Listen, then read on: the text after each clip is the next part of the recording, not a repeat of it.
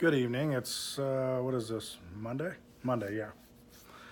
Look, I recently had a talk with a young person about something, and I want to say something to you people out there. No one is more worthy than you are. Young men, there's no female, there's no male friendship or uh, any kind of relationship. There's no one that is more worthy than you are.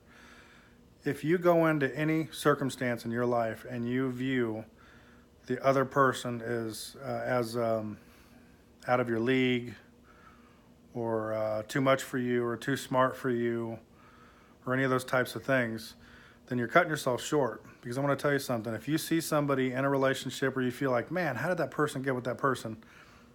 They were confident in who they are and who they, what they're about. They just took a chance. I mean, it doesn't mean that person had money or there's some other thing or they had the best body or the best. Sure, there's a lot of that happens. That happens all the time. But I can assure you, a lot of your problem is not having confidence in who you are. And I tell you, there's a lot of people in relationships, women, this happens a lot with women, and in relationships with a man, and everything seems good in the beginning. Of course, most times, a lot of times, God's not in the center from the beginning, but putting that to the side, just a relationship in general. If you get into these relationships where you had an ulterior motive, or I don't know, how would I say it? If you get into a situation where the other person's causing you to be held down and not be who you are, I know this is a very cliche thing, you hear it all the time, but honestly, love is free will. If someone that's when you hear that if someone loves you, they'll set you free.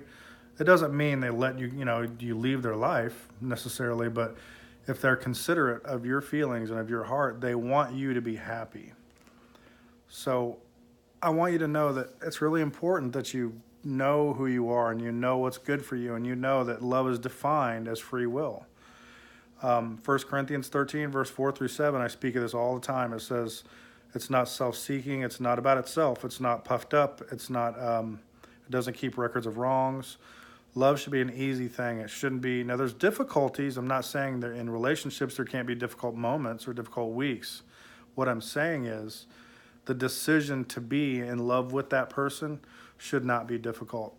You make a choice to be with someone, to be loyal to someone, to stay with someone. And if they love you based on the outline of love, there should not be fear in that. You shouldn't be held back. They should lift you up. If that's not happening, you really, really, really need to reassess, especially for you single folks who are not married who can leave a situation. Now, it's a little bit different for married folks, but you really need to, I guess the best way to put it, you can be picky, but really just calculate the things that are good for you that God defines as love, loving nature. And someone who considers you before themselves are going to consider your freedom being important to you.